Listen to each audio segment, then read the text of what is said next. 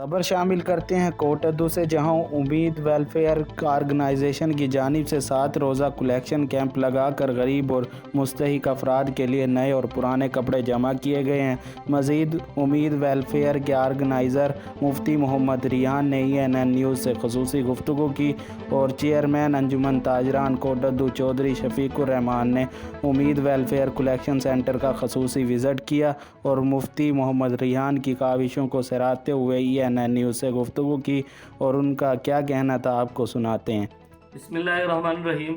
उम्मीद welfare organisation 2 साल से ज़ायद कोटद्दू में खिदमत खल्क का अपना सफ़र जारी किए हुए है।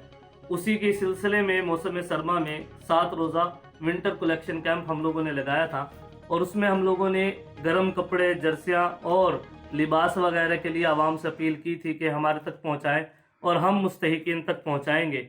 अल्हम्दुलिल्लाह उसी का समरा था, लोगों ने ताउन किया। अल्लाह ताला के फजल से एक कसीर तादाद में हमारे पास गर्म कपड़े, चादरें, जर्सियाँ, स्वेटर वगैरह हमारे पास सिले हुए, बगैर सिले हुए लोगों ने पहुँचाए हैं, जो इंशाअल्लाह वल अज़ीज़ हमारी तैयारी के बाद अब मुकम्मल हो चुकी है, पैकिंग हो गई है, तरसील कर दी जाएगी और जहाँ जहाँ मुस्तहिकीन होंगे उनके घर तक पहुँचाया जाएगा।